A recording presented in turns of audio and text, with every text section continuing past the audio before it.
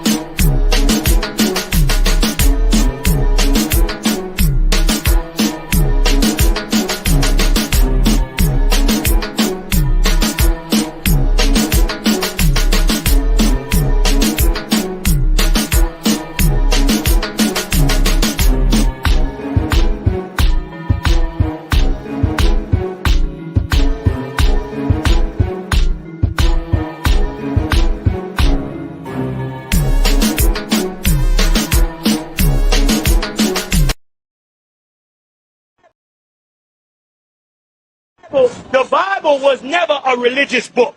The Bible was a book on the history of a chosen people, the Jews, and what took place with them and how they worshiped their God.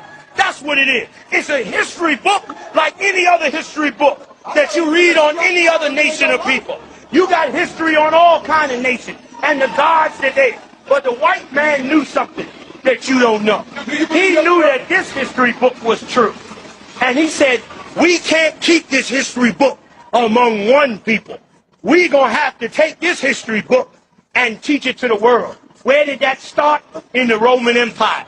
Why did the Romans do it? Because Rome was falling during the time of Nero. Why was it falling? Because the influence the Jews had. Paul and the rest of the disciples had influenced people to withdraw from Greco-Roman society. And it was destroying Rome. So they got together in the 4th century A.D., called the Council of Nice. And they said, how can we emerge this Christianity along with paganism and come up with the right religion that we can teach the masses and control society? And that was the day that your today's Roman Catholic Church was born. And from that day, they've been using God's word to unite all people and to enslave all society. And you are a victim of that slavery. Don't miss this point I'm about to show you. Read. That's why you can't stand up, because you too damn scared. I done drove 12 hours to speak to you in Chicago and you scared on your own damn right, man. Well, guess what? If they come to shoot you, I'm going to protect you, all right? I'm going to take the bullet for you tonight. Right. They come to shoot you out here, you just get behind me. I'll get shot for you. Right. Since you too scared to stand up, I'll stand up for you, all right? Read. And his body was also like the beryl, and his face as the appearance of lightning, and his eyes as lamps of fire. Listen good. And his arms and his feet like in color. Like in color. Go ahead. To polished brass. Brother, Jesus Christ was a black man. Don't give a damn what your church say. Don't give a damn what your preacher say. And why wouldn't the world tell black men that Christ was black? That's the greatest inspiration on the face of this earth. Black men need inspiration. Why wouldn't every preacher in America supposed to be shouting to the top of his lungs that Christ was a black man? To give black men dignity. But your preachers are sellout, no good, money grubbing, Rolls Royce seeking nigger is what he is. And he don't care about your life.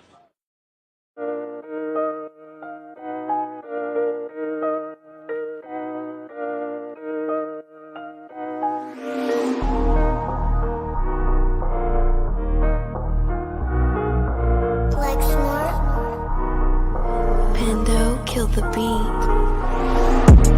I don't know who, somebody need to hear this. Y'all don't speak Hebrew, that's Yiddish. How the fuck you try to label us anti-Semitic? We the Israelites, blacks, native Hispanics.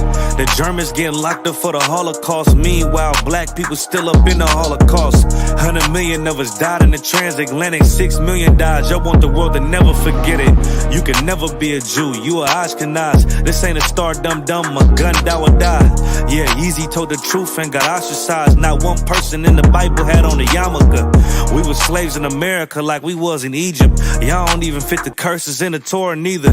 Y'all was blind to the truth. I had to make it clear how Jerusalem, your land, your people came from Europe. That was 1947, your menorah got 9 sticks, it's really only 7. Yeah, it's us against the world, Armageddon. This what happened when you inherit lies from your ancestors. Y'all the synagogue of Satan with them black hats. Your whole nation sitting ducks, Aflacs. Bunch of thieves and culture vultures, ain't nothing kosher. To tell the truth, you vagabonds don't have a culture. Macedonia, Alexander and Philip, you a convert, so tell me, how the fuck is you Israel? That don't make you the people just cause you litter. Why my people can't hate your people like y'all hate Hitler? All the prophets was black and was called nigga. Y'all don't even fit the description that's in the scriptures. Abraham, all the way down to Jacob, we the real Jews. Y'all don't study Christ, y'all follow the Talmud. Keep it real, yeah, let's keep it real. Cold hard truth, it give you chills. Say y'all Jew-ish cause y'all ain't really them. About to do them like Hammond, it's the Feast of Purim. U.P.K undefeated, this an easy win. We was born fighting, y'all the evil twin. Jacob took hold of his heel, then out came his little red bastard and they kosher deals. It's only 12 tribes, y'all trying to make it 13. Esau despised his birthright, the Lord cursed him. He ain't the devil, who is? I'm still searching. Ask your rabbi, why he give them babies herpes? I don't know what's worse, that or you claiming that you a Maccabee. I'm about to cancel, everybody try to cancel ye. I ain't afraid to speak, that's what I do. They riding to the core, I'm just judging them by their fruit. Cause they ain't suffering curses. If I was carnal, I promise I'd punch you in person. I know this an uncomfortable subject. They making millions off our culture and black people suffering from it. Yeah, they don't believe in Christ, they the Antichrist. Make a living off of niggas, they a parasite. I ain't afraid to tell the truth, niggas terrified. I'm about to go DEFCON 4, I ain't satisfied. That is proof. That is absolute proof that they know we are the real Jews. That's absolute proof. He got the records. Go find me a white Jew on any archaeology in Egypt anywhere. You will never find a piece of archaeology with white people as slaves in Egypt. So don't tell me that they were slaves and it's their identity, and they know it. And I know the blasphemy of them which say they are Jews and are not. The Lord knows the blasphemy of you so-called white people that say you are Jews and you are not Jews. You are not the people of the law. You are not God's chosen people. God's chosen people are living in the ghettos of America. God's chosen people are in poverty and depression in the streets of America. God's chosen people are walking around in America with no identity. That's where God's chosen people are.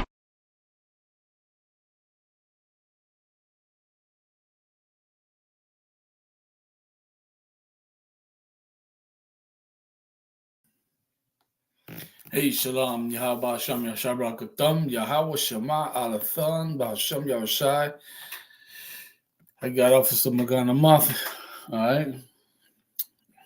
You're holding it down over there in Puerto Rico. Kalai, the rib of Officer Magana Moth, okay, holding it down, all right? So, normalmente hacemos esta clase en el español. Déjame,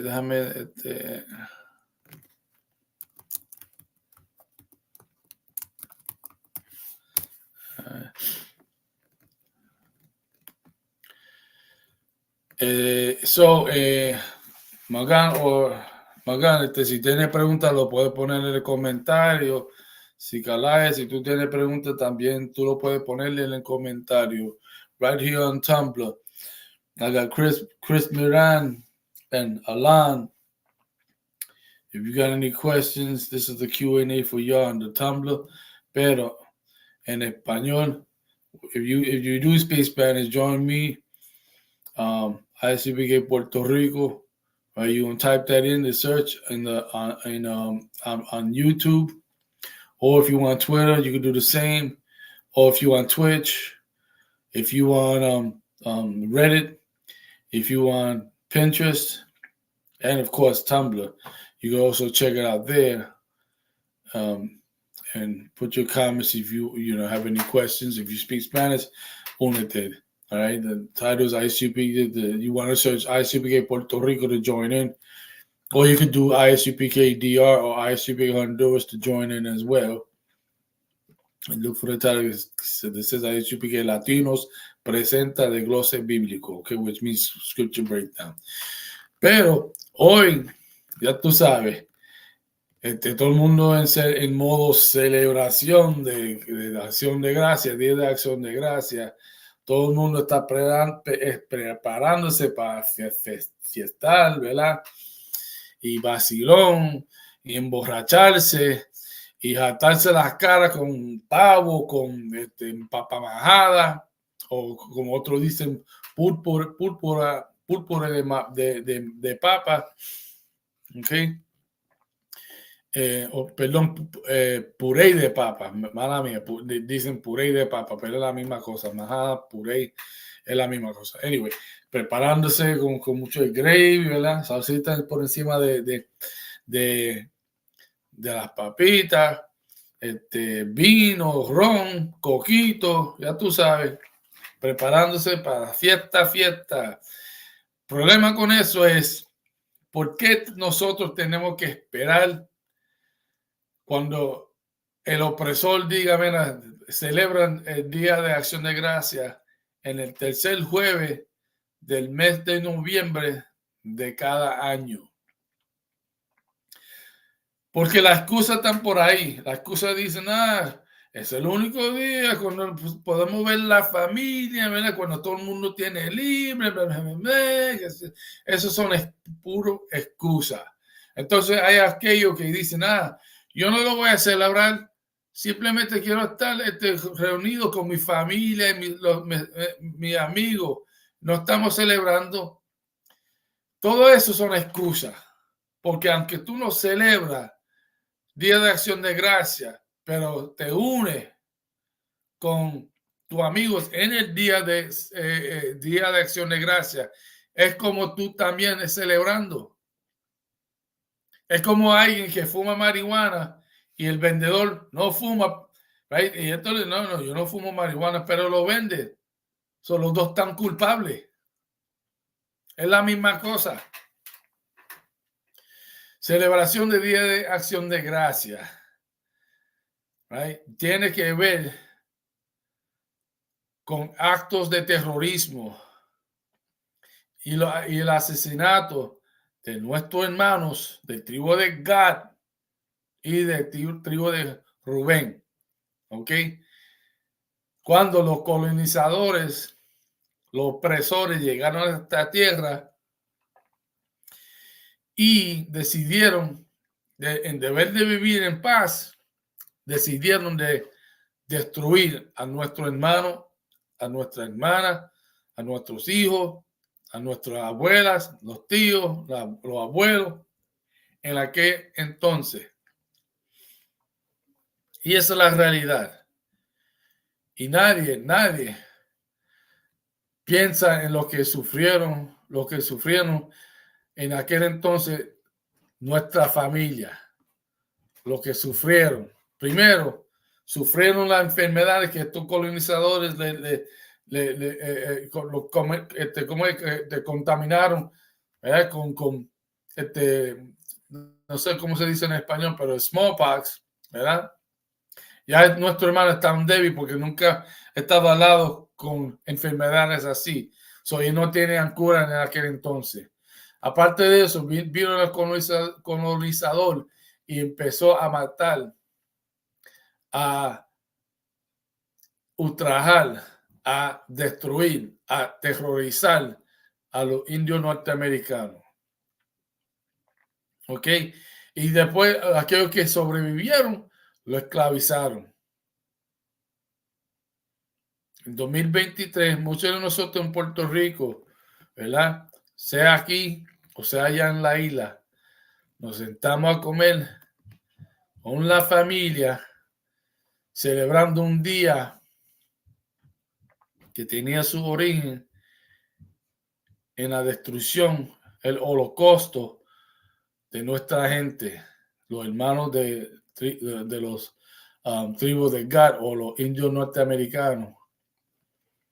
Y lo hacemos sin pensar, sin consecuencias, So, imagínate que si nosotros, como gente, imagínate si nosotros, ¿verdad? Si el gobierno de Puerto Rico, por ejemplo, ¿verdad? Decidimos de tener una celebración yo les voy a enseñar una imagen, voy a explicarles esa imagen. Hey, for those of you on Tumblr, I'll get to you now. Just give me a second what I tend to my audience in Spanish, right? And just to be clear, what I am talking about is Thanksgiving. Okay, I'll come to you real quick. All right, just give me a second.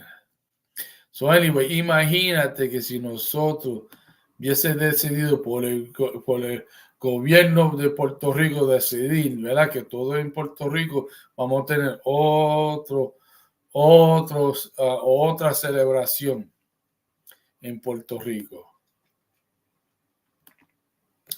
Ahora, esta imagen que ustedes están viendo en su pantalla ahora, este jovencito, ¿verdad? Este jovencito murió así mismo, joven. Déjame ver si puedo buscarle la imagen de cómo lo dejaron después. Después, porque mira lo que fue dicho. Fue dicho que él pitó a una mujer blanca. ¿Verdad? ¿Y qué sucedió? Que tú sabes que esto era para la época de racismo, ¿verdad? Mira qué cosa. Te quitaron la imagen que yo quería enseñarle a ustedes de ese hermano. Well, anyway, a ese hermano, cuando su madre lo encontró, decidió en la funeraria de no cerrar la caja, porque dejaron a su hijo no solamente muerto, y para que entiendan, ese hermano se llamaba I.S.U.P.K, nació en 1941, murió 1955, que significa que murió a la edad de 14 años. Un jovencito, casi ni empezó su vida. Pero por mentira de una mujer blanca que dijo que él pitó hacia ella, cuando no fue verdad, porque esa mujer antes de morir, ¿verdad? Y vivió una vida larga, murió, creo que eran 2 años atrás, y confesó que ella mintió en declarar que I.S.U.P.K pitó, pitó, mira, déjame ver si esta imagen aquí. Yeah. Yo le voy a enseñar una imagen. Dame un ver, me cambiar esta imagen. Déjame cambiar esa imagen. Shalom, oficial Sawap. Shalom, Yahweh Shashagata. Shalom, capitán. Yahweh Shashagata. Right, so, obviamente ya tú sabes que te voy a hablar del Día de Acción de Gracias o Thanksgiving, como se llama en inglés. Lo que el punto que yo estaba haciendo ahora es, imagínate que si en Puerto Rico, yo no sé si en la isla de I.S.U.P.K celebran Thanksgiving, no sé. Yo sé que en Puerto Rico celebran el Día de Acción de Gracias. Pero lo que yo estaba diciendo es que imagínate que si en Puerto Rico el gobierno de Puerto Rico hubiese establecido un día de acción de gracia basado en la muerte de este hermano I.S.U.P.K. No sé si ustedes pueden ver la cara de él, cómo lo dejaron, cómo lo encontraron. Un jovencito de 14 años, ¿verdad? No sé si ven la cara de él, cómo fue destruido. Pero el punto de esto es que imagínate que si los puertorriqueños hubiesen celebrado Día de Acción de Gracias pero en deber de los indios nativos hubiese sido este hermano. La gente estuviera furiosamente enojado con nosotros, ¿verdad? Esto hubiese empezado motines, esto hubiese empezado discusiones y hasta muerte por utilizar y pensar y manipular el pensamiento y empezar una costumbre tradicional de hombre en celebración de la muerte de mi tío, pero tomándolo como Día de Acción de Gracia. Todo el mundo hubiese estado enojado. ¿Ok? Pero nota que nadie está enojado de la muerte de nuestro hermano de tribu de Gad. ¿Ok? Déjame enseñarle.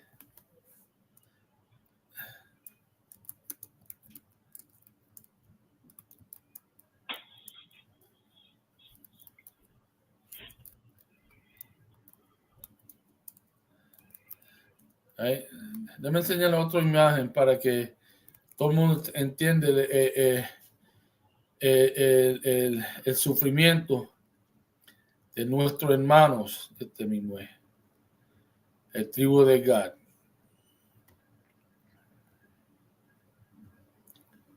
Bien importante esta historia. Ok, chévere, ahí está, perfecto. Right, déjame compartir esta imagen. Okay, so let me address the Tumblr while I pull up this image for the ones that are speaking Spanish on the YouTube. So real quick, right? So you can ask your questions. You can ask questions about Thanksgiving, but I'm here to tell you that all of us that are celebrating Thanksgiving, not me, but I don't separate myself from my people, right? Blacks, Latinos, and Native Indians, who, by the way, according to the Torah, are the real Jews, are the real Israelites of the Bible, not them people over there, them Israelis, they're fake. Not the so-called Jewish, right? He's not the real Israelite of the Torah. Number two, those of us, right, that are celebrating Thanksgiving because we made up the excuse, oh, it's the one time of the year when friends and families can come together, right? Because we all free from work that day. You know, we forgot that we have personal days and weekends and sick days that we can take off, right? And put in your vacation time. You can take off, but no. The third Thursday of every November, that's the time when we can make up an excuse and say, you know what, everybody's off that day. So let's all come together because the white man said to come together and celebrate Thanksgiving. Not considering, not giving a fuck, excuse my language, about the death of our brethren, the North American Indians. Not caring about the death that they suffered at the hands of these pilgrim terrorists, of these colonizing terrorists. Right? Nobody gave a damn about that. All right? But we want to come together with family. La huepa, music, please, right? Coquito, you take a turkey leg and stuff your face, right? Pray to God when God don't give a damn about them, about none of that. God even said that he don't want to hear nor smell outside, the smells of our foods. He don't want to hear the music we play. He said to do away with it all. Right? But blacks and Latinos, Native Indians who celebrate Thanksgiving, we're wicked for doing that. We're evil, and these heathens too. You coming to celebrate with your family at Thanksgiving and not knowing the history. So imagine if we every year celebrated Thanksgiving with the death of the Palestinians of I.S.U.P.K. Wouldn't there be an uproar as well? Definitely. Right? Or if we celebrated Thanksgiving with the death of the so-called Israelis, right? The whole world would be in an uproar. Right? Everybody, oh, you guys are wrong for that. But we're not wrong for celebrating Thanksgiving of the death of the North American Indians. We're not wrong for that. That shows you how much hatred they have for North American Indians. That also shows you how much they have hatred for Latinos of native descent. That shows you how much also that they have hatred for the so-called African American, West Indian, and Haitian. Because all people that I just mentioned right now were looked at as a big donut, as zero. All right. On the comment right here in from poop on as Hoeing Woods. I don't even know, but I'm gonna just call him poop on. Right. I'm trying to deal with the people who look like me, who hate me. I don't know what you look like, but if you're black, if you're Hispanic, or no, I'm going to scratch that word Hispanic because that more identifies as Spaniards, people of Spaniard descent. But the labeling of Latino, right? Those of us that know that we're indigenous, but we'll label ourselves just for edification purposes, Latinos, which isn't the right labeling, and North American Indians, when we of our own kind hate our own kind, what that is called internal racism, internal hatred for ourselves. And the more you know the truth and the more you bring it out to your people, you're going to be hated even more. That's why they hated Christ. Listen, people think that when the priests and prophets of the Israelite School Universal Practical Knowledge start teaching truth, right? They be like, "Oh, you guys are a bunch of hypocrites. You guys don't talk. You guys don't really serve God, right? You guys are full of hate."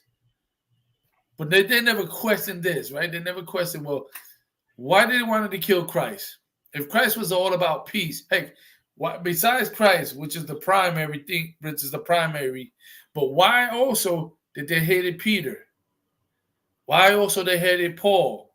Why also they hated the disciples and the apostles? Why did Stephen got stoned? You know why? Because they were disciples who didn't go out and do like every other Christian, which preached with a guitar or with a microphone, say, Jesus loves everyone. Jesus loves you, my son. Jesus cares for you. We're all God's children. Hell no, Christ wasn't about that. Peter wasn't about that. Paul wasn't about that. They were about the truth. They were about the truth. They were about telling people the truth, whether they wanted to hear it or not, whether they liked it or not. That's why the rich among our people in those days hated Christ, hated the disciples, because he told them the truth. He told them that they were nothing more, and I'm saying it lightly, but you can go read the story. He told them that they were nothing more than greedy brothers who only wanted power that was given to them by the Romans in those days. Just like how we talk about T.D. Jakes and Creflo Dollars, and Cash Luna of today, we get on them as well because they don't care about black people.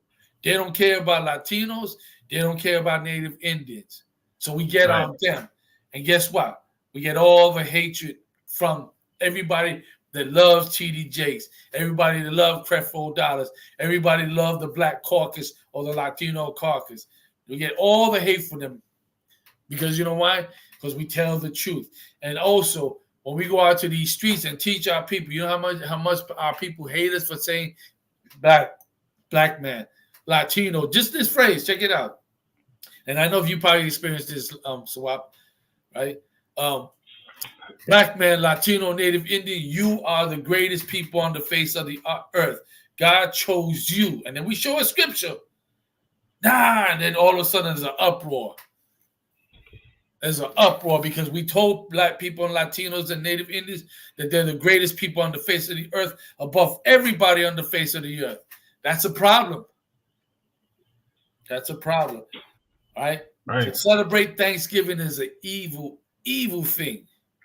To celebrate Thanksgiving shows how much you hate your own people. Thanksgiving is equivalent to celebrating the death of Philando Castile, the death of Trayvon Martin, the death of Freddie Gray, the death of Oscar Obrego, the death of all the Native Indians that is too many to name, and all the death of black people is too many to name, and the death of the Latinos who try to come into this country and cross the borders and end up dying somewhere in between. Like the way that father and his daughter died in the water, right when they was coming up. You remember that story? Right when they was coming up to cross into America. They found them face down, dead. Imagine us celebrating that as a Thanksgiving. But you know what's the ill part? Swap, you know what's the ill part? Hey, shut up, Swap. You know what's the ill part? And you go to church today and them cats is having a Thanksgiving mass. Where's that in the Bible? Right. Somebody show it to me in the Bible. Show me where any of the prophets celebrated Thanksgiving. Somebody show it to me. But this is what we're going to do.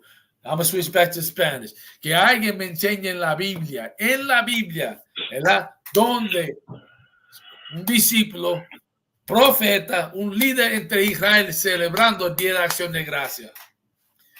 So, dale.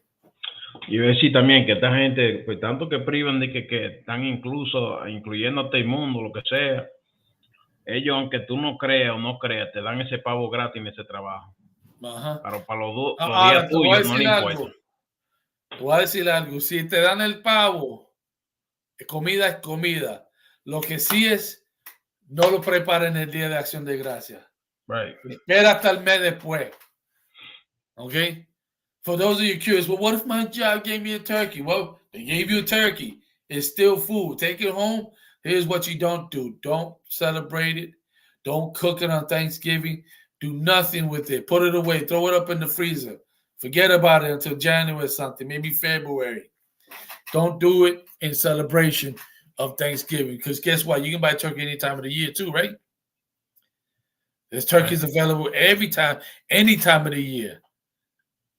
So everybody making all these BS excuses. For real.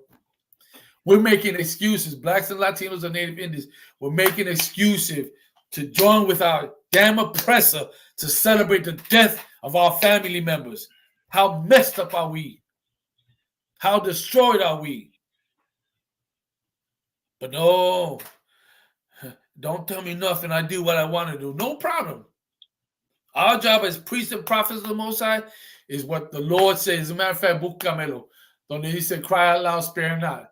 Búscame eso and tell my people their transgressions, right? Find that for me in Spanish, and then I want you to read it back in English, right? I'm going to put it up on the screen real quick. Right? Porque esa es la realidad. Esa es la realidad. We the brother said, we are oppressed. We are oppressed. Thing is the same as someone telling me I'm dressed. I'm not real, and it does nothing for me to accept that. Yeah, damn right, we're an oppressed people. And even the scripture tell you that blacks and Latinos and Native Indians are an oppressed people. Together is what it says. I like to paraphrase it. It says both Judah and Israel. I'm paraphrasing both Judah and Israel. The reason why I say Judah and Israel is because we're talking about after Solomon died, the kingdom was split into two. The northern kingdom was called the kingdom of Israel. That's where you had what we call today so-called Latinos, North American and Seminole Indians living in the northern kingdom, while in the southern kingdom, we have what we call today so-called African Americans, West Indians, and Haitians. Okay? But it said, I'm paraphrasing, both Judah and Israel and Judah, and both of them are oppressed together. Okay? Because we're both being oppressed together. Both the northern kingdom and the southern kingdom are being oppressed together by the same oppressor and every other heathen that come up here. Because guess what? The main oppressor, he's the descendant of the Europeans. But we also got African oppressors and Chinese oppressors and Korean oppressors and Japanese oppressors and Arab oppressors and East Indian oppressors and Polynesian oppressors. He says, I've never felt oppressed as a black man. Okay, you want to explain yourself? All right. Education and connections have opened. Listen, I'm going to tell you something. You can get all the education you want, and there's nothing wrong with it. But with all that education and all the connections, here's the problem. All that education and all your connections, would it enable you to get your own country and start your own financial system with your own military, with your own government, and your own culture, and your own language, with your own alphabet? With all your education and connections, would that enable you to do these things? That's the problem. As a single man, no. And as a nation, we can't do it. He says as a single man, no. And also as a nation, because here's the thing. I'm what you call a Puerto Rican. I know what tribe I'm from biblically. It's the tribe of Ephraim. And I should be speaking fluent Hebrew, Lashawan Kodash, okay?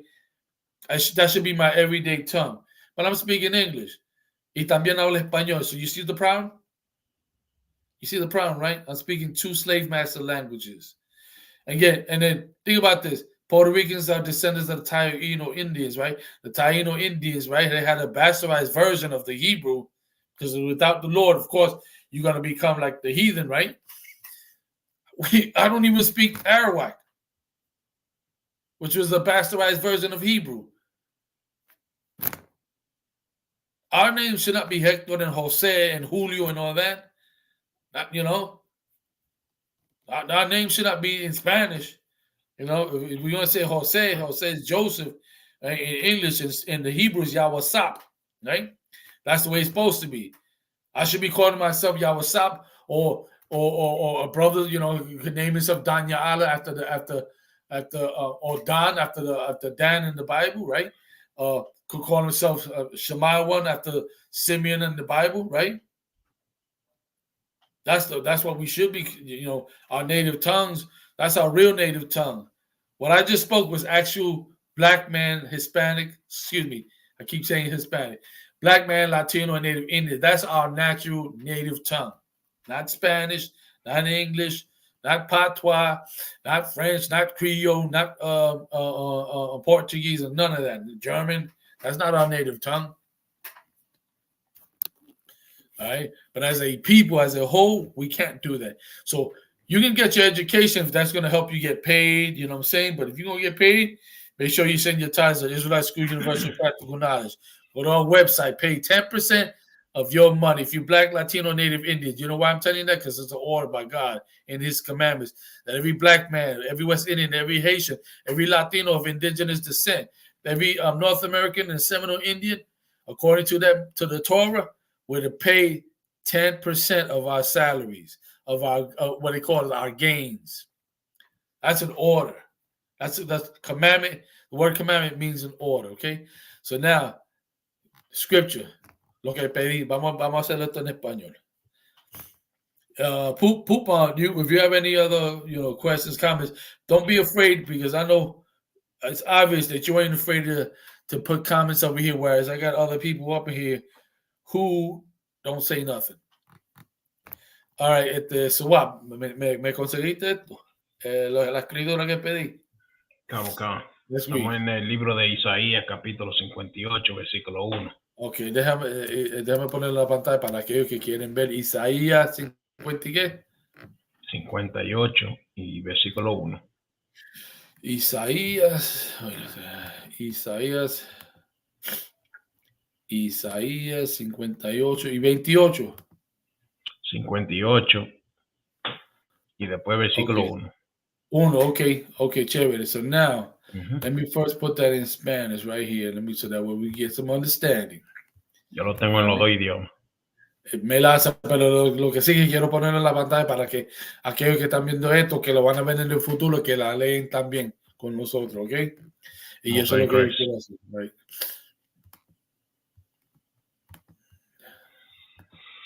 Dale ahí, mete mano.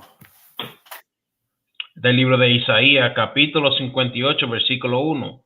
Clama a voz en cuello. No te detengas. Alza tu voz como trompeta. Right? So esta es la razón que cuando tú ves que nosotros enseñamos en clase, en línea o en la calle, que nosotros alzamos la voz, es un orden del Señor. Clama a voz en cuello, ¿sabes? En cuello significa que ese sonido salga de aquí, a todo voz, en otra palabra. No te detenga, significa que no te pares. Y dice, alza tu voz como trompeta. Right? Esa es la razón que nosotros cuando enseñamos, ¿verdad? Somos bien vocal y bien alto en lo que decimos. Y esta es la razón. Continúa. Y anuncia a mi pueblo su rebelión. ¿Y qué? Anuncia a mi pueblo su rebelión. Y anuncia a mi pueblo su rebelión. Continúa. Y a la casa de Jacob su pecado. Y a la casa de Jacob su pecado. Nota que mi pueblo, ¿verdad? Es un hombre posesivo. ¿Ok? Es un nombre posesivo. Mi pueblo, ¿verdad? No dijo todos, ¿verdad? Ahí no dice todo, sino mi pueblo. Anuncia a mi pueblo su rebelión. Y a la casa de Jacob, por si acaso, si no entiende mi pueblo, dice a la casa de Jacob. Significa a todos aquellos que salen del linaje de Jacob, de sus hijos, los 12 hijos, y los hijos teniendo sus hijos, y esos hijos teniendo sus hijos, y esos hijos teniendo sus hijos, hasta que haya una nación, un pueblo. Todo el mundo entiende. Y esa es la razón que enseñamos de forma o manera que lo hacemos, porque el Señor ordenó que nosotros debemos alzar la voz como trompeta, enseñar a su pueblo, right? De hablar de su rebelión y de su pecado. Ok, ahora consígueme eso en inglés. This is the book of Isaiah, chapter 58, verse 1. Right, so we're now going real quick, hold on to Isaiah 58:1. So Pupon said, wealth, right? He said, you as a Latino man is striking. You would say you are oppressed. Your families often come and surpass native-born Americans in education and wealth. That's not true. Stop feeding into that narrative. The reason why I'm telling you to stop feeding into that narrative is because one person, and I met some Latinos who don't have an education, but they know how to survive. They know how to survive because of the conditions that they come from, with no education. As a matter of fact, I was dealing with one the other day. Okay, like I had to step by step walk them through certain things they was trying to find out. And it was almost like teaching my daughter. But I'm a compassionate man, so I dealt with the brother. Okay. Number two, don't believe everything you see on the media when it comes to that, because why I'm telling you that, because they want to piss you off, black man. They already got a lot of black people hating on the Latinos because they coming over here and getting stipends for $6,000 and $9,000, right? But y'all forget that $6,000 and $9,000 goes back to who? The same people who gave it to them. Because these people that gave it to them is not definitely going to let them send it to their country. No. They're going to give them that $6,000 to $9,000, right, to use it to pay it back to the same people who gave it to them. And in addition to that, them $6,000 to $9,000 is an investment because they get tax money when these brothers and sisters who Latinos to come over here and now have to work for minimum wage because really they're not citizens, right? And they go pick your lettuce, they go pick your tomatoes, your onions, your potatoes, right? And if it wasn't for them, you wouldn't have your Chipotles and your what they call it, sweet green restaurants and your salads and none of that, right? Your organic fruits and vegetables that you find at Whole Foods, right? In addition to that, they get taxed, right? They get taxed.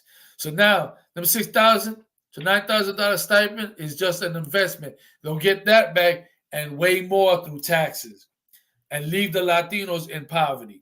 Okay. Now, shout out to those who were able to build up. The reason why they were able to build up, because, of course, what they did was they came together, like 6 or 7 of them in one house, helping out each other, right? And guess what? That still could be done here for brothers and sisters who are born here.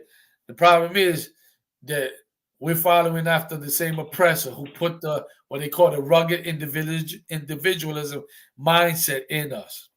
The brother Pupon said, this is true, but they don't complain like my people who have been here, have been born here. That's what you think. I'm telling you, stop believing that hype. I know because I have conversations with them. Do you know the rate? I'm going to tell you, and I'm going to be upfront. Not only is the white man being racist towards them, you know who else is being racist towards them? Black folks. And I hate the fact that they have to say that. I hate the fact that they have to say that. But I can understand why black folks say that. Because they get that from the oppressor. Because really, black folks don't really mean that. They just do that because of what's put in their mind from the oppressor. Remember, the conquer and divide effect still is in effect in 2023. So if you're not hating on your own, you're going to hate your brethren who might come from a different tribe. And yeah, they work, and it's an honorable thing. Yeah, no doubt. You know what I'm saying? But guess what? I know plenty of black people. I know plenty of black people who own business who are doing very well. Right? And shout out to them. But what I'm trying to tell you is don't believe the whole narrative of what they're putting out there. Okay? I don't believe all the narrative that they're putting out there because that's the whole purpose.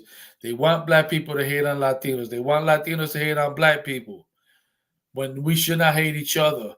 We put in all this energy on hating each other instead of looking at the man who's causing us to hate each other. That's the part we don't put a time on. We're like, yo, slow down, slow your roll. Why are we fighting each other? This is the dude that did it to us. We should be pissed off at him. We should take all this hype up energy that we're fighting each other and arguing each other and get at him. And guess what? It is what I.S.U.P.K University of Practical Knowledge. They give you the opportunity to call the white man the devil all the time. Am I right or am I right, I.S.U.P.K? I'm right, sir. You know what I'm saying? Matham Yad Ban Yashika Shalom Yahabasham Shakata. Trooper out of San Jose, California. See? That's the beautiful part, right? In this room right now, we got a Dominican, we got 4 Puerto Ricans, a Mexican. How's that possible? But normally we would not get along with each other, but the truth brings us together because now we know we're family. And when you know your family, there's no arguments. Am I right? Am I right, I.S.U.P.K? Damn right, sir. You know what I'm saying? So anyway, bring it to me in English, what I want. Isaiah 58:1. Khan. Book of Isaiah, chapter 58, verse 1. Cry aloud.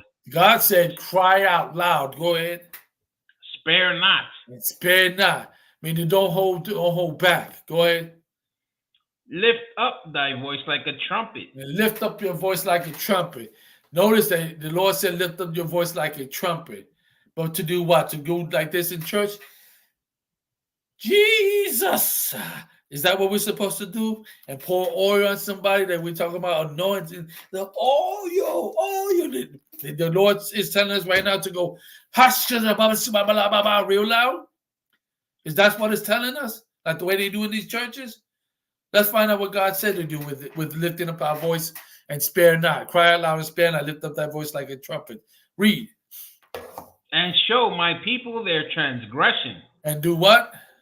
And show my people their transgression. And it said, and show my people, which is a possessive pronoun. It don't say everybody on the planet Earth. It don't say my people and these people. It don't say my people and the rest of the people on the earth. It don't say that. It says, and show my people their what? Their transgression. Their transgressions meaning what? The word transgression means to disregard or to not care about the law. That's what it means. Transgression means to disregard or to not care about the law. Can continue. What law? Hold on. Let me get more specific. What law? The law that's found in the Torah. The King James version of that is the 1611, where you can read in English if you don't know how to read in Hebrew. All right, you'll find them in the earlier books of the Old Testament and throughout the whole book. Because right now we're reading the commandment that's not in the law in the earlier portion of the Old Testament. But this is a commandment. Cry aloud, spare not, and tell my people their transgressions. Go ahead. And the house of Jacob their sins. And the house of Jacob their sins, meaning the 12 sons and their families and their families and their families, which became a nation. Tell them their sins. What's our sin today that we're doing? Celebrating Thanksgiving. Celebrating the death and murder of our brethren, the North American Indian. Celebrating because we made up the excuse because the oppressor said, you know what? I'm going to let you slaves have a day off. That we forgot slavery and the things that went down? I don't know. Because I remember last time within slavery, they let you have the Christmas off. They let you have days off, right? Because in their mind, they were trying to be benevolent, right? And a little bit merciful. Well, guess what? We don't have to change the shackles, yet we're still the slaves here. We tend to forget that because we can get passports and get up on a plane, start our own business, push a Tesla, right? We tend to forget that we still slaves here. You know what I'm saying? We tend to forget that while everybody else can come here and get those very same things, but you know what they have? Swap? Have the help of the enemy. No. Not just that. What do you think they have to Wab? Imagine them, those heathens, those other nations can come over here, right, and start a business, get a Tesla, right, get all the things, get passports, and travel the hell they want to. But what's the one thing that they have they get to keep?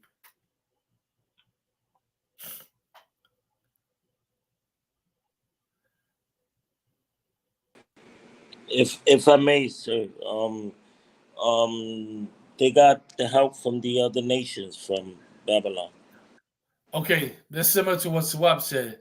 It's very simple. Poupon said their name. And that's right, they get to keep their name, they get to keep their culture, they get to keep their language. What we got? Although we can get the house, right, with solar panels if we want, we can get the high credit score, right? We can get a nice TV, do Black Friday shopping and all that. But we don't get to go back to our homelands. Right? Especially the so-called black man here, where he gonna go? Because those of us in the Caribbean, in Central South America, although those lands are conquered, we still can go back to there. But the African American here, where did he get to go to? You know what I mean? Collectively, as a whole, we still in captivity. Because really, even the natives, they don't originate from over here. Even us natives, we do not originate from over here. He says Ghana has welcomed us. Let me educate you, black man. When any the Ghana got from Ghana, from Nigeria, right? All those countries that tell you you can come back here. Well, guess what? You understand why they want you to go back there. It's the same reason from the past, because you helped them get wealthy. And when they got pissed off at you, they sold you to the white man. Them and Arabs, do your research. If you notice, some of them African tribes apologize to black Americans, but only to lure them back in. They apologize for the same slavery. They tell you it was wrong, but then at the same time, they're gonna call you my brother. If this your brother, why you sold him into slavery like that? Why you let him suffer for 400 plus years? If that's your brother, so what? No, I was I'm going to supposed say to be that doing same thing. this class in Spanish, but go ahead. I was going to say the same thing, that they have this whole tourism marketing towards our people. Yep. That they forgive us. They're the only nation to do so. Nobody else has done it. And it's let me because let they you know already built something up in this addition to that. whole tourism thing based around our people. Mm-hmm. Let me let you know something else. Their brothers and sisters that are from over here, they went to go live in Ghana, and they say it's a beautiful place, right? But the people, the natives there, are taking advantage of them. Are taking advantage of boosting up prices, right, beyond the original cost. Sounds familiar? Who else does that? The oppressor does that to you. The Orientals do that to you. The Asians do that to you. You know? So they trying to get over on black people. You know why? Because they see black people, they see Latinos and Native Indians like cattle. That's why they don't have no kind of regards as far as human. And then when tragedy happens to them, guess who to be the first one to, because we're so humanitarian, guess who'll be the first one to back them up? We do. Like, have you seen the news clips of a lot of our brothers and sisters supporting Palestine? Have you seen the news clip on that? If you haven't, go check it out. It's a lot of black folks and Latinos here in America supporting the Palestinians when the Palestinians don't give a damn about you. That's real. I know this because in Puerto Rico, you got Palestinians who've been living there 50 plus years, and they think they're better than Puerto Ricans in our own island. And they talk down to us. They patronize us in our own island. which is amazing. They're going to end up finding out the way the Chinese found out when they try to rise up against Puerto Ricans in Puerto Rico. The Chinaman had to learn a bad lesson. You know? But nonetheless, they still get over. All right? So now, with that being said, búscame Jeremías 10:2. Let's start there. We're going to Jeremiah 10:2. If you want to follow along, Jeremiah 10:2. Hey, Poupon, I want to see if I can put you up on the screen so I can actually see who am I talking to. Let me see if I can put you up here. Time to chat. All users. Invite your viewers to join the pool. Okay, so how do I do it? Click on your name. How do I invite you? I don't even know. Let's see. All right. How is this? I don't even know what to do.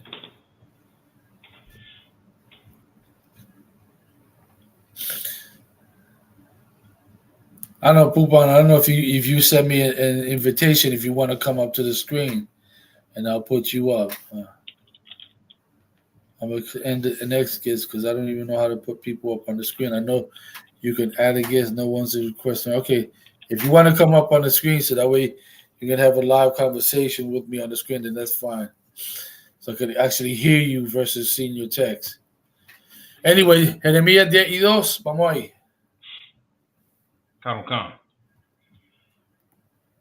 Y dice, oíd la palabra que Yahweh ha hablado sobre vosotros, oh casa de Israel. ¿Tú estás en Jeremías 10:2? Oh, Salaki, yo leí el 1 fue. Versículo 2. Así dijo Yahweh. No, quizás, mira, fíjate, tú estás, lee el de 1 porque para aclararlo, right? Lee el 1, eso estaba correcto. Canucán. Versículo 1. Oíd la palabra que Yahweh ha hablado sobre vosotros, casa de Israel. Right? Oíd la palabra del Señor. Right? Perdón, oíd la palabra que el Señor ha hablado sobre vosotros, sobre ustedes, oh casa de Israel. Oh casa de Israel. ¿Ok? No de todo el mundo. Continúa. Versículo 2. Así dijo Yahweh. No aprendáis el camino de las naciones. Así dijo el Señor. No aprendáis el camino de las naciones. ¿Cuáles son algunos de esos caminos? Pues celebrando Día de Acción de Gracia, Navidad, víspera de Año Nuevo, víspera de Nochebuena, que celebrando Día de las Madres, tu padre, celebrando tu propio cumpleaños. ¿Qué más? El 4 de julio, todos estos días feriados que el hombre blanco dice que nosotros debemos celebrar, right? Y da la oportunidad de celebrar, ¿verdad? Esas son maneras de otras naciones, esas son las mañas o caminos de otras naciones, right? De las naciones, pero no son los únicos. ¿Tú sabes quién más? Siendo ganguero es camino de las naciones. Huelendo perico es camino de las naciones. Fumando pasto, marihuana, es camino de las naciones. Prostitución, camino de las naciones. Homosexualidad, lesbianismo, camino de las naciones. ¿Qué más? Violando a los niños, camino de las naciones. ¿Ok? Y mucho más otras cosas. Sirviendo a otros dioses, camino de las naciones. El Señor claramente dijo, no aprendes el camino de las naciones. Esa es la única línea que yo quiero, right? Explicando todo eso. Pero si seguimos leyendo, aquí el Señor va a empezar a hablar del árbol navideño. Lo que nosotros llamamos árbol navideño. Sí, continúa leyendo para aclarar. Canucán. Dice en el versículo 3. No, ahí mismo en el 2, después de dar camino de las naciones. Canocán. Ni de las señales del cielo tengáis temor. Ajá, ni de las señales del cielo tenga temor, porque las otras naciones miran a las cosas que están en el cielo y tienen miedo. Que si el asteroide va a chocar a la Tierra. Esa frase lleva siglos en existencia. ¿Ok? Cuando un asteroide así tan grande no ha caído en la Tierra. ¿Ok? Pero porque ellos tienen miedo de los señales en el cielo, ¿verdad? Que si el sol está posicionado así, eso significa que lo otro, hay que cuidarse, para nada. Eso son porquerías de las naciones. Continúa. Aunque las naciones las teman. Aunque las naciones teman a los señales, tú no temas. Tú no temas, ¿ok? ¿Qué son otros señales de los cielos? Como dice en inglés, el horóscopo, que es una falsedad. ¿Ok? Es el señal de Leo, bla, bla, bla, bla. Son falsedades y es satánica. No sea como Walter, no escucha personas como Walter Mercado. ¿Ok? Walter Mercado estaba servía a Satanás y no al Señor. Por más que decía amor, mucho amor, pero como decía, paz, mucho paz, pero sobre todo mucho amor. Él servía a Satanás y no al Señor. Continúa. Versículo 3. Porque las costumbres de los pueblos son vanidad. Right? Porque las costumbres de los pueblos son vanidad. Día de Acción de Gracias, ¿qué? Vanidad. Right? Y ya mismo llega víspera de Nochebuena, que es ¿qué? Vanidad. Right? Entonces Navidad es ¿qué? Vanidad. Right? Víspera de Año Nuevo es ¿qué? Vanidad. Y Año Nuevo. Vanidad. Right? Y sigue por ahí, ¿verdad? Todo eso es vanidad. Right? Todo eso es vanidad. Creyendo que Cristo es blanco es ¿qué? Vanidad. Vanidad. Siguiendo el cristianismo de hoy en día es ¿qué? Vanidad. Y en la religión católico, vanidad. Vanidad. ¿Qué significa vanidad? Que se hace como que no tiene uso. Que no tiene uso, no tiene valor. Es una porquería, es basura. Right. Right? Hoy es un día de basura. Okay. Hoy es un día de basura. El que celebra hoy es porque no le importa de la muerte de su gente. ¿Ok? No le importa de su hermano, los indios norteamericanos. No le importa nada, su historia ni nada. Porque no ocurrió en el Caribe. No hay ninguna excusa. Porque lo que ellos sufrieron allá, nosotros sufrimos en el Caribe también. ¿Ok? Y ese es un holocausto que nadie hasta son de hoy habla. Nadie sabe lo que la gente indígena y nuestros hermanos los morenos sufrieron en el Caribe. ¿Ok? Porque a nadie le importa nada. Excepto aquí en la Escuela de Israelita de Conocimiento Práctico Universal. Excepto aquí. ¿Ok? Ahora, let's touch on that English real quick. Right? Okay. Same book, Jeremiah 10:1. This is the book of Jeremiah, chapter 10, verse 1. Hear ye the word which the Lord speaketh unto you, O house of Israel. Right? Hear ye the word which the Lord speaketh unto you, O house of Israel. Not to everybody, but to you, black man, you Latino, you Native Indian, to you. Go ahead. Verse 2. Thus saith the Lord. Now, you see that? Stop right there. That's very important. Thus saith the Lord. It don't say, thus saith Captain I.S.U.P.K. It don't say, thus saith the generals in the Israelite School University of Practical Knowledge. It don't even say, thus saith Jeremiah. It says, thus saith the Lord, meaning God said this. This was from God, and he said this. Continue. Learn not the way of the heathen. Learn not the way of the heathen. Don't learn this. What are some of the ways of the heathen? Celebrating Thanksgiving is a way of the heathen, right? Soon after this, it'll be what? Christmas Eve, Christmas, New Year's Eve, New Year's. All that is heathen custom, right? We're not supposed to learn none of that. Then comes your Father's Day, Mother's Day, all these other holidays that our president says to celebrate. The Lord told us, learn not the way of the heathen. And not just that, sniffing coke, smoking weed, right? Getting high, right? Getting drunk, right? Wilding out, gang banging. Guess what, folks? That's also from the heathens. God told us not to learn their ways. God told us don't learn the way. Don't be a rapist like the heathen. Don't be child molester like the heathen, right? Don't worship other gods like the heathen. Don't do none of that. Anything the heathen do, you don't do. Guess what? Don't have their hairstyles. Because let me tell you something. A lot of West Indians use that dreadlock. That dreadlock is not a Jamaican custom. That's a custom that comes from the East Indian. Okay? Being a thug isn't a black thing, isn't a Latino thing. That comes from the East Indians. They had a culture called the thuggy culture, right? That's where you get the word thug from. You got to look it up.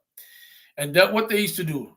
They used to go rob and steal, just like what? Thugs. That's not our way. That's an East Indian custom. Okay? And many other things that these heathens do that we think it was ours. Nah, it ain't. So what you got? You're about to say something. Say also that you can't also dress as an Indian being a heathen. Something that keeps on happening every year. Say that again? Dressing up as our Native American brothers on Halloween. Okay, but we're talking about us. Right. When they dress up like a Native Indian, it's a disrespect. When they dress up like a Native Indian, it's just the similar effect as being blackface. It's a diss. Exactly. That's what that is. But the Lord is talking to us right now, right? Right. So we're not the one dressing up in blackface, and we're not the one dressing up like Native Indians. It's them. He's telling us the things that we should not do, right? We should not be like them, do like them, act like them, right? We shouldn't do none of that, basically, is what he's saying. Now continue reading. And be not dismayed at the signs of heaven. Right? Go ahead. For the heathen are dismayed at them. Right? Because the heathen are dismayed at them, right? They're afraid of them, right? Anything they see moving out, the stars, the comet, they go, watch out, the sky is going to fall. You've heard that term before, right? Right. The sky is falling. Ooh, run. Listen, that ain't us. I'm just using that example so that we can understand. But if they see a comet flying by, an asteroid, whatever, all of a sudden, oh my gosh, it's going to hit Earth, blah, blah, blah. Listen, God told us not to be like them. Continue. Verse 3. For the customs of the people are vain. For the what?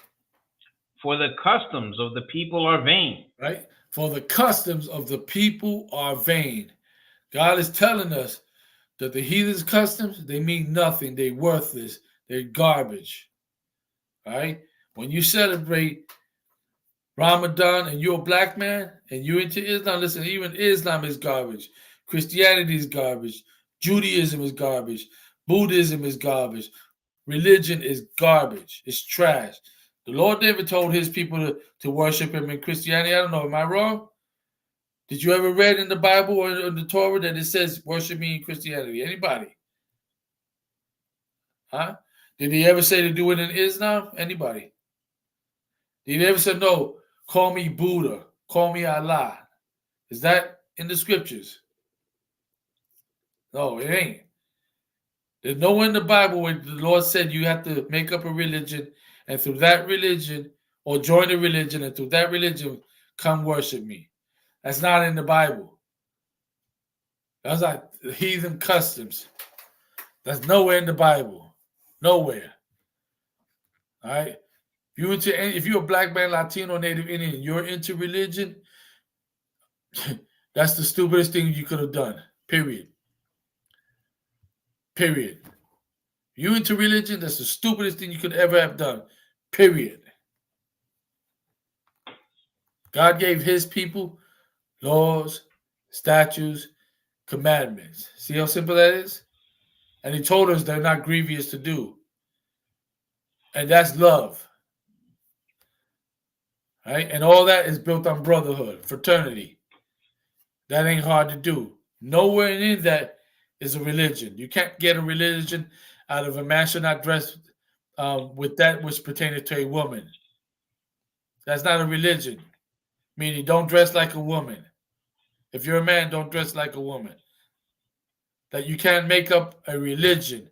And if you make up a religion, right, I'm going to make up a religion based off of a man cannot dress as a woman. That's all. It means nothing. It has no weight. It's a useless religion. Because guess what? A lot of us in the world are into useless religion. You know, smoking that weed that you wake up every day to, right? And rolling up in them Philly blunts, right? Smoking a day, morning, afternoon, and evening. That's a God that you're worshiping, and all that is useless. And you know what's crazy about it? That's a useless activity that's going to get you killed. It's going to give you a disease. You're going to end up with emphysema, asthma, or some pulmonary disease. All right? Learn not the way of the heathens, what the Lord told us. For the custom of the heathen are vain. Now, búscame Salmos 55 y versículo 12. Salmos 55 y 12. Perdón, 25. Salmos 55 y versículo 20. Okay. This is the Right? book of Psalms. Yeah, you can read it. You can read it. So if anybody on something you got a question, comment, make it so. Go ahead, Swap. Okay. This is the book of Psalms, chapter 55, verse 20. He hath put forth his hands against such as be at peace with him. You hear what the Lord say? He hath put forth his hands, right? Read it one more time. Yes, sir. He hath put forth his hands against such as be at peace with him. Right? So he hath put forth his hands against such as be at peace with him. Well, guess what? We know our brothers and sisters from the tribe of Gad treated the colonizers, the pilgrims, with peaceful, right? He was peaceful with them. Tried to even help them survive, right? Because these pilgrims didn't know how to live. They didn't even know how to take a bath. They didn't even know how to plant crops. They had no way of surviving had it not been for the people who was at peace with them, namely the North American Indian. But the pilgrim put hands on the native Indians, put hands on them, destroyed them. Read. He hath broken his covenant. He have done what? He hath broken his covenant. Right? He have broken his covenant, right? Meaning what? We know historically that our oppressor has created many treaties with the North American Indians. And how many have he kept? None. Covenant, another way of saying the word covenant is treaties. We know that these colonizers have broken all their treaties. All of it. You understand? If he did that to the North American Indians, what makes us Latinos of indigenous descent, black folk, West Indian and Haitians, think that he's going to be fair with us? I know brothers and sisters have been waiting for a long time for reparations, but how long have you been waiting? Remember, look, I'm going to give you an example of how he broke a treaty. He said he was going to give you 40 acres and a mule. Did y'all really get that? Think about it. If he broke the treaties with the Native American Indians and then promised black people 40 acres and a mule, well, y'all still waiting for that. Obviously, he broke that treaty too. So what? I was going to say that instead, he replaced it with prison systems. Say that again? I said instead of giving us land and the 40 acres and a mule, he gave us prison systems. Listen, he didn't give us the prison system. He put us in the prison system. Right. That's what you meant to say, right? Right, right. 40 acres and a mule. No, he made you work on those 40 acres with a mule in the prison. That's Right. what he did. That's what he really did. Yo, for real, black man. Think about it. If he broke the treaties with the Native Indians and they told you you got 40 acres and a mule, he said, I'm going to give you 40 acres and a mule that you're going to work on with a mule when you're in prison. And that's what he did. He didn't give you 40 acres and no mule. You know what I'm saying? And so think about it. You want reparation? Well, guess what? The Most High is going to give you reparation, but you got to do something for it. You got to come back to him. You got to come back to your family, black man, Latino, Native Indian. And you're going to get your reparation. That's in the Bible. But it ain't going to come how you think it is. You're expecting the oppressor? That's a joke. That's a joke to expect the people who enslaved, who murdered, who pillaged, who plundered our family members to now give you reparation. Listen, they ain't going to treat us like the way the Jewish man get treated for their Holocaust. There's still old, decrepit Nazis that they still taking them to trial. Old, decrepit Nazis that they take out of their hospital beds with tubes all over and take them to trial for war crimes while they commit crimes themselves. But you, black man, Latino, Native, don't expect to get anything as far as reparation goes from the oppressor. He didn't do it. He didn't keep the treaties with the Native Indians. What makes you think he can keep it with you? He already broke. I'm not giving you reparations. He didn't give you no 40 acres and a mule. Continue the next verse. Khan. Verse 21. The words of his mouth were smoother than butter. Right? Because that's our oppressor. He's a smooth talker. I'm going to give you 40 acres and a mule. Matter of fact, I'm going to give you Native Indians. You know, I know we didn't keep the treaties. How about this? Let's put up casinos. And then let you be in charge of the casinos. And you're going to gain from it. You're going to gain from it. And that's going to be our form of reparations to you. Really? Last time I checked, this is on video. The Native Indians who are divulging what really went down with those casinos. All right? What's really going down with those casinos, that only certain Native Indians are benefiting from it. When those casinos are supposed to be for the whole tribe. But you know who's getting the better cut? It ain't those sellout Native Indians. It's the U.S. government. They're getting all the taxes when it wasn't supposed to be taxed. It wasn't supposed to be there, but they get all of it. As a matter of fact, the taxes on those casinos are so high, a lot of those casinos are starting to shut down. So that's as if that's and guess what? Do the research. Don't believe me. Go do it. Go find out go look for those documentaries on that. All right. But that's what's happening. A lot of them hotels, they're either being bought out by organizations like Hard Rock Cafe or some other name brand entity. All right. So, and that's not even a form of reparation. If your brother think, well, see, the Indians got casinos, but you don't really know what's going down behind the scenes. That's the truth. Another thing that they're doing is, even to this day, 2023, when they set up those so-called Indian-owned casinos, let me let you know something. A lot of the oppressors registered as Native Indians to take claim of those hotels. Y'all didn't know that either, right? That's the oppressor for you. A lot of them's registered because they have a drop of native blood in them, so they say. So now they can register as one of the members of the tribe to get a hold of the casino. If you don't believe me, there's this movie they come out called something of the Flower Moon or something like that. A Martin Scorsese movie. Go check out that movie. He goes into actually what happened with the Osage tribe, Native Indians. It was called Killing of the Flower Moon, something like that. It was based on true events. Leonardo DiCaprio stars in that. He was one of the stars that stars in that. All right? But you can read about it in the book, in the history books.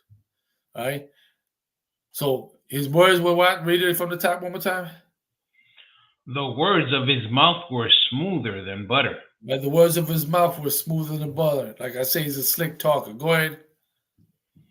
But war was in his heart. What was in his mind? But war was in his heart. Right? Listen, let's sign this treaty right here. Listen, this is what we're going to do, right? I know we were wrong. I know we did this to your people, but hey, let's come to an agreement. Let's sit at this table right here, right? Let's do this, that, and the third. Broke his treaty and went to killing. Went to killing, went to destroying. War was in his heart. Continue. His words were softer than oil. Of course it was, because he spoke gentle. Softer than oil, right? When his words were softer than oil, meaning he talked to them with a gentle tone. Right? When you speak with a gentle tone, you use soft words, right? It's okay. I understand. No, listen. You have every right to be angry at us. You have every right. We was wrong. I admit we was wrong. But really, he's only lubricating these words to get you to calm down. Because really, he has a more nefarious thing in his mind. And that was what? To continue destroying the tribes. To continue destroying the tribes. That's him. And guess what? This precept also can apply to what they do to black folks. Because still to this day, they come with them nice, smooth words. Right? Look at it. I'm gonna show you this. Right now, you go on TikTok. There's plenty of oppressors who are on top. It seems like they for black justice. On top, right? Oh, what my people did to the black people were wrong. And some of them will actually make videos to seek justice, some type of justice for black people. But none of them, I've yet to hear one of these so-called black allies step to the government and say, no, out of the Constitution, you gotta strike that the black man is 3/5 of a man. You gotta strike down that the Indians are savages. Those two things that I mentioned is in the Constitution. But I haven't yet to see any of these so-called black allies ever go to his own or her own government to make sure that they remove that out of the Constitution. None of them do it. That's why I don't believe in none of these so-called black allies. As they fake to me. And because it sounds nice and good and smooth, whatever, really, listen, that's how you keep a people destroyed. That's how you keep a people destroyed. Because it seems like you're doing them a favor when really you got some other nefarious intent at hand. Is there any more? Sir. Go ahead. Yet were they drawn swords. There it is, right? Words were smoother than butter, yet were they drawn swords. Right? And you know what the sword is used for. Just like I said, for destruction. Let's read that quickly in Spanish. Claro, acá. Del libro de Salmos, capítulo 55, versículo 20 al 21. Uh-huh. Extendió el inicuo sus manos contra los que estaban en paz con él. Right? Estoy hablando del opresor, ¿verdad? Mientras los nativos extendió una mano de paz para ayudarte, para sobrevivir el invierno aquí en los Estados Unidos, ¿verdad? En el área del norte de Estados Unidos, lado este del Estados Unidos, Ustedes opresores no sabían sobrevivir un invierno un invierno de esta parte de la tierra, ¿verdad? Que era bien terrible. Y nuestros hermanos, los indios norteamericanos, les dieron una mano, estuvieron en paz con él, pero estuvieron en paz con ustedes y ustedes pensaban en destruirlo. Ustedes pusieron mano en ellos. Ustedes los destruyeron. Ustedes mataron a sus hijos, sus mujeres, sus familias, destruyeron su cultura. Continúa. Violó su pacto. Porque esos pactos que ustedes hicieron con esos hermanos eran en vano. No tenían valor. No eran para nada. Porque rompieron todos los pactos con ellos. Rompieron todo. Le mintieron, le dijeron que íbamos a hacer aquello y lo otro, ¿verdad? Y nunca cumplieron. Esas eran promesas que rompieron, promesas falsas. Continúa. Versículo 21. Los dichos de su boca son más blandos que mantequilla. Porque nuestro opresor, right, te sabe manipular hablándote con palabras, ¿verdad? Que son suaves, que son, que te hace sentir que te hace sentir que tiene seguridad en él, que tú puedes confiar en él, que ahora él está en tu lado, pero mira lo que dice, continúa. Pero guerra en su corazón. Right, con todo eso, con esas palabras lindas, las palabras que te sientes confiar, que tú puedes confiar en ellos. En realidad, en su mente hay guerra, hay destrucción, hay terrorismo. Continúa. Suaviza sus palabras más que el aceite. Right, hablando en voz pacífica, right? Y tranquilo. No, entendemos, estamos mal. Yo sé que murieron su familia. Yo sé que los quemaron vivos. Yo sé que violaron a esos niños y estaban mal de nosotros. Vamos a hacer un pacto aquí, vamos a hacer un trato. Continúa. Más, ellas son espadas desnudas. Pero tomaron espadas y empezaron a destruir más. Por más que ellos dijeron, no, fue mala mía, nosotros hicimos aquí lo otro. Y vinieron después a matar más. ¿Sabes qué cosa? Confesaron que lo hicieron mal, pero como quieran fueron y destruyeron aún más. ¿Qué clase de diablo existe, verdad? Tenemos media hora. ¿Alguien tiene preguntas? Yo iba a decir que estos preceptos aquí son tan heavy porque yo no sé si ustedes recuerdan en el verano, creo yo, que encontraron todos esos niños enterrados en la iglesia y en la escuela católica. Que lo que se llama en el Papa inglés, tuvo que viajar para Casalaki. Right, boarding schools. Go ahead. Que el Papa vino para acá a dar su perdón y esta habla tan suave que hasta él le dieron, tú sabes, un headdress. No sé cómo Lo adoptaron. I'm glad you said that. I'm going to have to say that in English, right? The Pope Francis, during the summertime, right, or during the springtime, I think it was this year, right? Anyway, came over here to apologize for what the Catholic Church did to the North American Indians in Canada and over here when they found all the dead bodies, all the skeletons of dead young brothers and sisters that they themselves, the Catholics, had murdered. The Catholic, imagine that. In the Caribbean, there's a Catholic church everywhere. In the United States, Catholic church everywhere. They are highly responsible, just like every other oppressor, for murdering God's chosen people. Feel that for a second. Yet the Pope thought, with his smooth words, his slick words to come over, I'm sorry, his old decrepit self looking like the damn crypt keeper. I'm sorry, I know the organization did this and that to your people. And you know what? When I saw that, that pissed me off. Because here you have these simpleton of Native Indians accepting the apology and then giving this fool a headdress. I don't know if you saw that. Did you see that, Tawabia? Go ahead. Did you see that? You're going to answer in English. Coming to concert, and I seen one lady that she was like screaming on him. Right. She was saying, I remember that too. You brought that when you said that. I brought that to memory. You're right.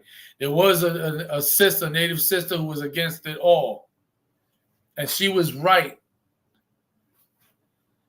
She was right for being angry. And guess who else was? We were too. That's why we went out to the streets and spoke about it. Because that was evil. That was evil. Okay? To do something like that.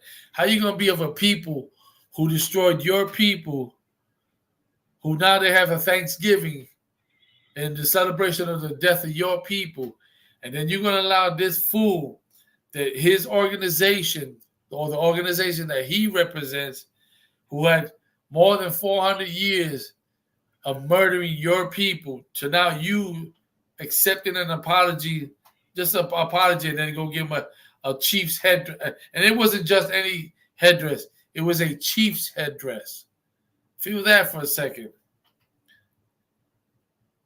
That's incredible. That shows you how destroyed they are. Listen, that shows you that we need to turn away from this empire. Because it was wicked, but at the same time, it shows you how destroyed the Native American Indians are. How that's act of being so oppressed that you rather trim your ways for acceptance, right? To be accepted. You rather trim your ways to be accepted, just so that way there won't be no heat coming off of this. Go ahead, Swap. I was going to say, too, that it just proves the Bible is 100% because it says right here, you know what I'm saying, his words are smoother than butter. So he convinced these Indians or Native American brothers to give him that headdress. That's how good he talks. And you on point. You on point with that. That proves that what the Bible is saying is, if y'all people out there don't think that the Bible is real, you're sadly mistaken. The Bible is written by man. Well, goddamn. If it was written by man, well, then they must have been really, really on point, because a lot of things that are coming out of the Bible that happened in the past has happened. And a lot of things that the Bible said is going to happen is going to happen. So the only way a man could have written this book, the way it's written, and the verbiage that is written, had to come from an inspiration from above. Right? But some fools will be out there, but what if they had plotted this from the beginning? So then, if that's the case, then why would the oppressor have not removed of his own demise that's in the Bible? Right? So if you ever hear that, well, man wrote it, right? And what if it was a conspiracy to make sure that these prophecies come to pass? So you mean to tell me that the oppressor, who God says that he's going to destroy off the face of the earth, he's now going to follow through with the conspiracy and destroy his whole race off the face of the earth too? Like that, how stupid does that sound? Go ahead, Swap. I was going to say that this oppressor is so smooth with his words. He convinced the Palestinians to give him a piece of land at the corner of Palestine, and now they have almost the whole thing. Yeah, that's a good proof as well. Convinced, oh no, we wanted to, like, they went in with the intent to, like, no, listen, the Palestinians weren't even cool with it, but they was like, we just want to come in and just only have half the land for our people. You see what we went through, and now 2023, they bombing them. But it's okay, because guess what? The land don't even belong to none of them. Damn right. That's our land that they're fighting over. That's even in the Bible, of the heathens being in our land. It ain't the first time. All right? It was them Ethiopians or the children of Cush. They were in our land too before them.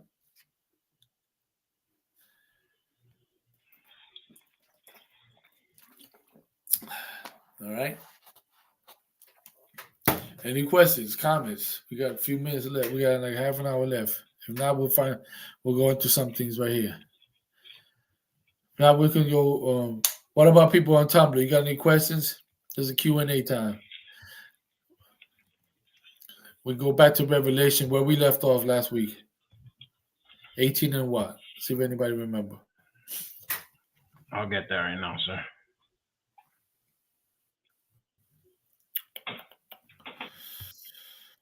Also, after this, if y'all want to check out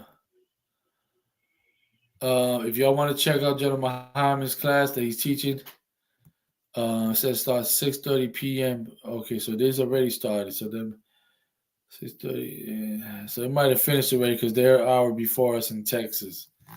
But if you do want to check out the class, after this, you're more than welcome to. It's not going to be live, of course, it's already had happened.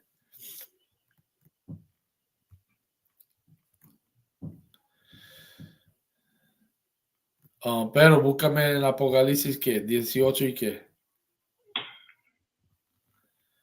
Yo creo que 18 y 17, creo yo que. No. No. De 14. Vamos a empezar de ahí.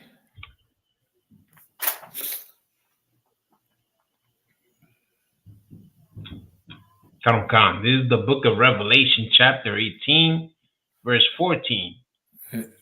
And the fruits that thy soul lusted after. Yeah, I wanted to do this in Spanish. So. Khan.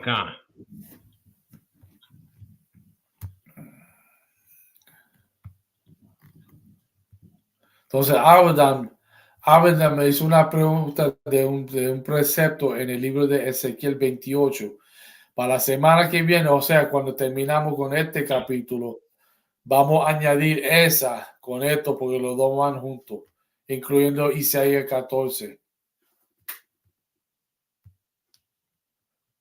Ok. So, cuando tú llegas a Apocalipsis 18 y 14, tú puedes empezar a leer.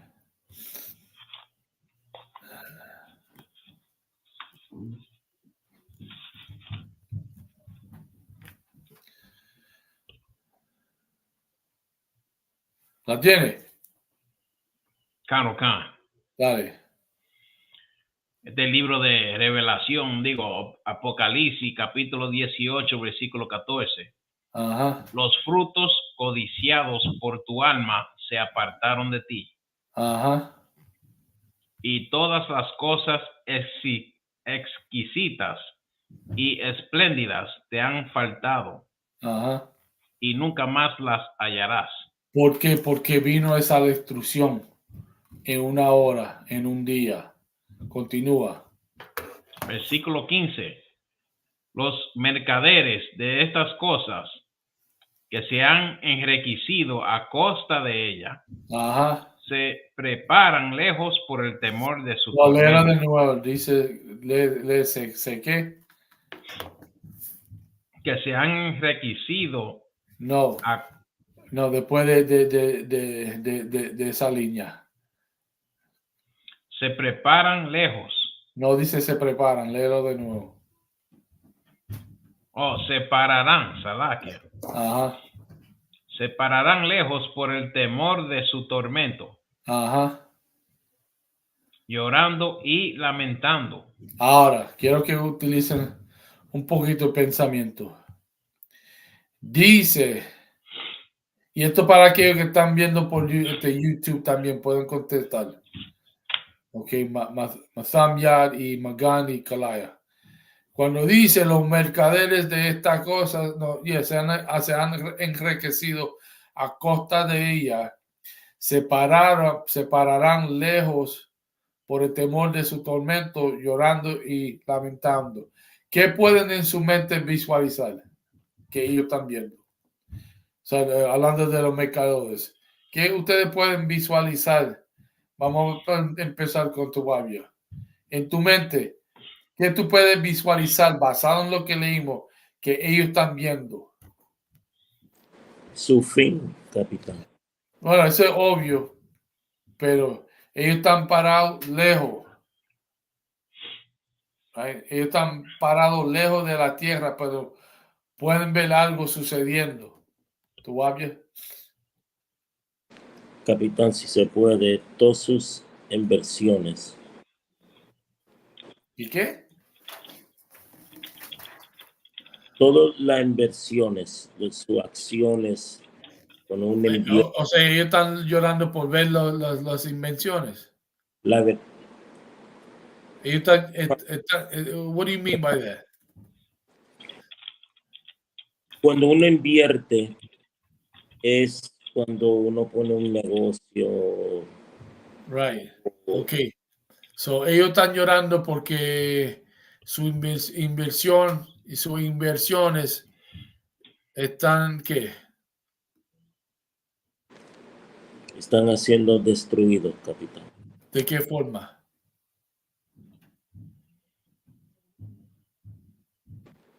Capitán, si me puede ayudar ahí. There you go. So what? Sí, la destrucción de las ciudades que ellos están viendo desde lejos, porque ellos no quieren involucrarse con ese castigo. Okay, pero, okay, está bien. Están lejos, parados lejos, viendo la destrucción, pero ¿qué? Tienen que pensar qué es lo que están viendo. Ellos están viendo la bomba de su propio enemigo. ¿Qué clase de bomba? Iba a incluir también, yo no sé si usted recuerda, capitán, lo que pasó en Beirut en el 2020, que se puso una explosión grande. Vamos a enfocar aquí. ¿Qué clase de explosión? Esas son explosiones nucleares. Esa es la razón que estaban llorando, porque vieron de lejos ese humo que parece un hongo, right? Right. Vieron esas explosiones por todo el lado. Ellos, ¿te recuerdan a septiembre 11? ¿Cómo se sentía la gente? Right. ¿Suabio? Capitán, si se puede. Eso es lo que yo iba a explicar, que el 9/11 fue una pobre imitación de lo que va a suceder. Yeah. El punto que yo quiero de yo mencionar 9/11 porque todo el mundo estaba triste porque vieron Nueva York ser atacada. Right? Ahora, estos son los mercadores. Los mercadores están a donde? En barcos, en naves. Ellos traen y llevan mercancía. Right? Ellos trafican mercancía. Right? Lo traen de un lado, lo llevan a América porque América se va a vender todos esos productos o servicios, se hacen dinero, lo llevan para atrás a su país para producir más cosas. Right? Pero a ver, ataque bomba nuclear a Gran Babilonia. Gran Babilonia, ¿dónde queda? Aquí mismo en los Estados Unidos. Es Gran Babilonia. Y la gente van a ver en esas naves de lejos la destrucción de América. Vamos a continuar. Claro.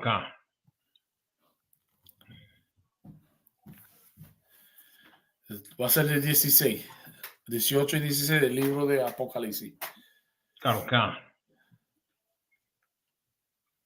Llorando, 16. Y diciendo, ay de la gran ciudad. Right? Ay de la gran ciudad. O sea, destrucción de la gran ciudad. ¿Qué gran ciudad está refiriendo? Los Estados Unidos. Continúa. Que estaba vestida de lino fino. Ajá. De púrpura y de escarlata. Ajá. Y estaba adornada de oro. Ajá. De piedras preciosas y de perlas. Right. Dice, estaba vestido de lino fino, púrpura y escarlata, estaba adornado de oro y de piedras preciosas y de perla. Significa que era un sitio bien rico. Tenía una riqueza inmensa. Todo el mundo sabe que los Estados Unidos tiene una riqueza inmensa, ¿sí o no? Right. Right? O sea, los Estados Unidos tiene riqueza inmensa, ¿ok? Y es triste con tanta riqueza, tanta gente que está viviendo desambulante en la calle. Eso es triste, pero eso existe, ¿ok? Pero destrucción a la gran ciudad, que estaba vestida de lino fino, púrpura, escarlata, dorado, con oro, piedras preciosas y perlas. Mucha riqueza. Si no me creen, pues vamos a leer el 18, el 17. Versículo 17. Porque en una hora han sido consumidas tantas riquezas. ¿Tanta qué? Riquezas. ¿Tanta qué? Riquezas. ¿Right? Hasta en la misma Biblia te está diciendo que los Estados Unidos tiene tanta riqueza, pero que en una hora significa en un corto tiempo. ¿Right? En un corto tiempo, porque eso es lo que usted necesita. Par de bombas nucleares, ¡pam! Se va en un instante. Continúa. Calocán. Y todo piloto Ajá, y todos los que viajan en naves ajá, y marineros ajá, y todos los que trabajan en el mar ajá. se pararon lejos. Right? Para que tú veas, todo el mundo llegando a la costa, right? O en el borde de la costa de los Estados Unidos, viendo la destrucción de los Estados Unidos. Continúa. Versículo 18. Y viendo el humo de su incendio. ¿Y qué vieron? El humo de su incendio. Right? Y viendo el humo de su incendio, right? Déjame poner una foto de ese humo.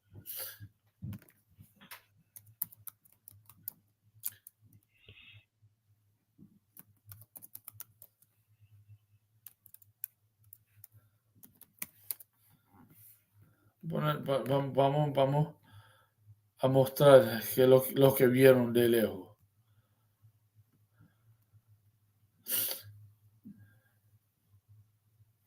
I like this one.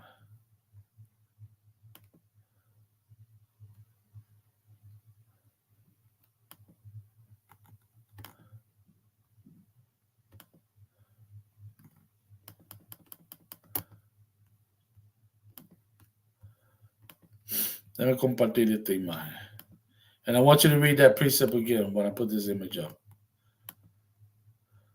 Calocán. Léete ese precepto de nuevo. Versículo 18. Y viendo el humo de su incendio. ¿Y viendo qué? El humo de su incendio. Right? Viendo el humo de su incendio. Continúa. Dieron voces. Ajá. Diciendo, ¿qué ciudad era semejante a esta gran ciudad? O sea, ¿qué ciudad que era semejante a esta gran ciudad? ¿O qué lugar que se podía comparar con este país? ¿Ah? Eso es básicamente lo que están diciendo. Esta ciudad no tenía comparación de tan rico que era, con tanta riqueza. Continúa. Calocán. Versículo 19. Y echaron polvo sobre sus cabezas. Ajá. Y dieron voces. Ajá. Llorando y lamentando. Ajá. Diciendo, ay. O sea que ellos en otras palabras, que ellos cayeron a sus rodillas. Right? Se humillaron en ese momento por el miedo y por lo que están viendo con su ojo de la destrucción de esta gran ciudad. Diciendo que Ay de la gran ciudad. Ay de la gran ciudad. Destrucción de la gran ciudad. Continúa. en la cual todos los que tenían naves en el mar se habían enriquecido de sus riquezas. Y hay todo que tenían nave, China, ¿verdad? Arabia, que si Francia, Alemania, Rusia, todo que tenían nave en el mar se habían enriquecido de riquezas. Continúa. Pues en una hora ha sido deslozada. Right? En una hora han sido desoladas. Right? Desolada. Significa que en un corto tiempo fue destruido. Llegó a la nada. Continúa. Versículo 20. Alégrate sobre ella. Ajá. Ahora, ¿a quién el Señor le está hablando en este instante? Todavía. Capitán, si se puede, el pueblo de Israel. That's right. Al pueblo de Israel. Continúa leyendo. Cielo y vosotros, Ajá. santos, Ajá. apóstoles Ajá. y profetas, Ajá. porque Dios os ha hecho justicia en ella.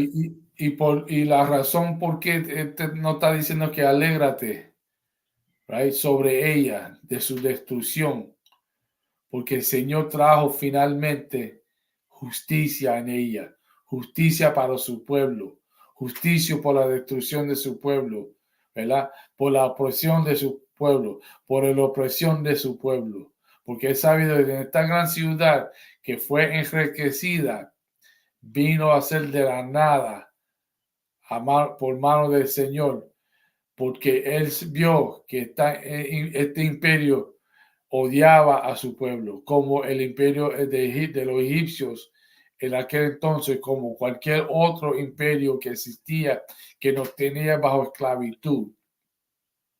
Este fue más cruel de todo. Este fue más opresivo de todo. Este fue más violento que todo. Y ahora en aquel día el Señor va a traer justicia. Continúa. Claro. Oye. Versículo 21. Y un ángel poderoso tomó una piedra, como una gran piedra de molino, y la arrojó en el mar, diciendo, con el mismo ímpetu será derribada Babilonia, la gran ciudad, y nunca más será hallada. Eso, obviamente Juan el Revelador está viendo un ángel poderoso que tomó una piedra y lo arrojó, right, en el mar, diciendo con el mismo ímpetu será derribada Babilonia, la gran ciudad, nunca más será hallada. Ese ángel, en esta visión, fue eso mismo, que él vio la destrucción de Babilonia antes de suceder. ¿Ok? Lo podemos dejar aquí hasta la próxima, ¿ok? En este instante, si tienen preguntas, antes de salirnos de aquí,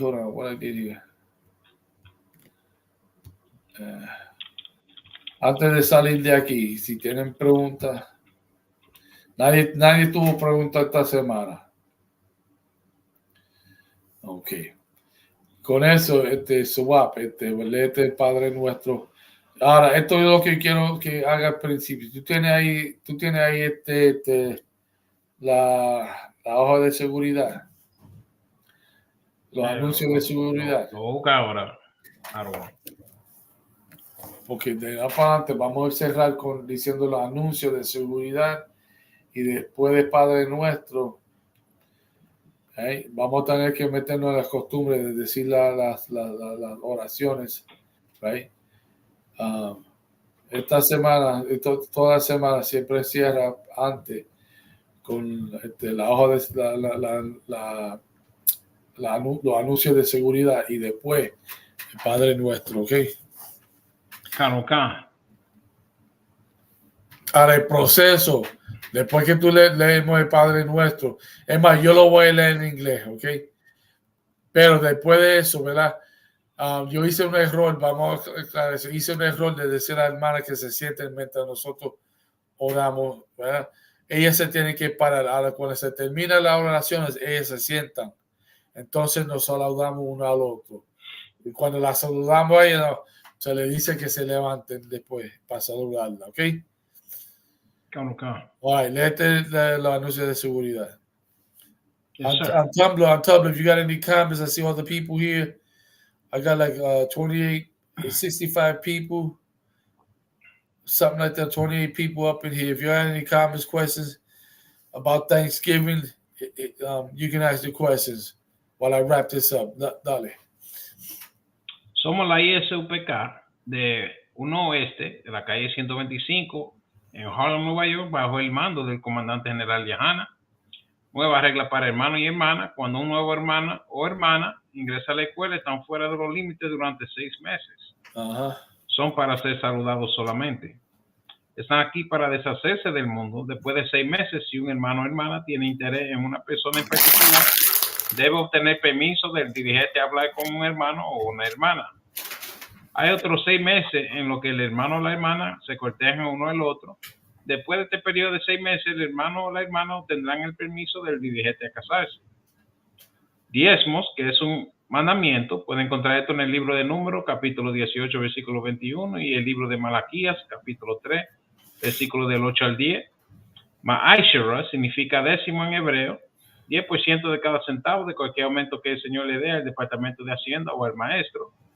Fondo de sacerdote, ofrenda libre albedrío para el sacerdote, no es obligatorio, cualquier cantidad que le gustaría dar. Recuerde aquí me acuaten que consulten las redes sociales como I.S.U.P.K.com, Facebook, Twitter, YouTube, TikTok, etcétera, para eventos y materiales I.S.U.P.K. Si un hermano quiere ser un soldado en la escuela, entonces debe comenzar a vestirse de negro, lo que incluye botas, camisas, pantalones, diadema o bufanda. Y eso, aparte de un momentito, eso es importante. Si eres soldado, se supone que uno se viste completamente de negro, ¿ok?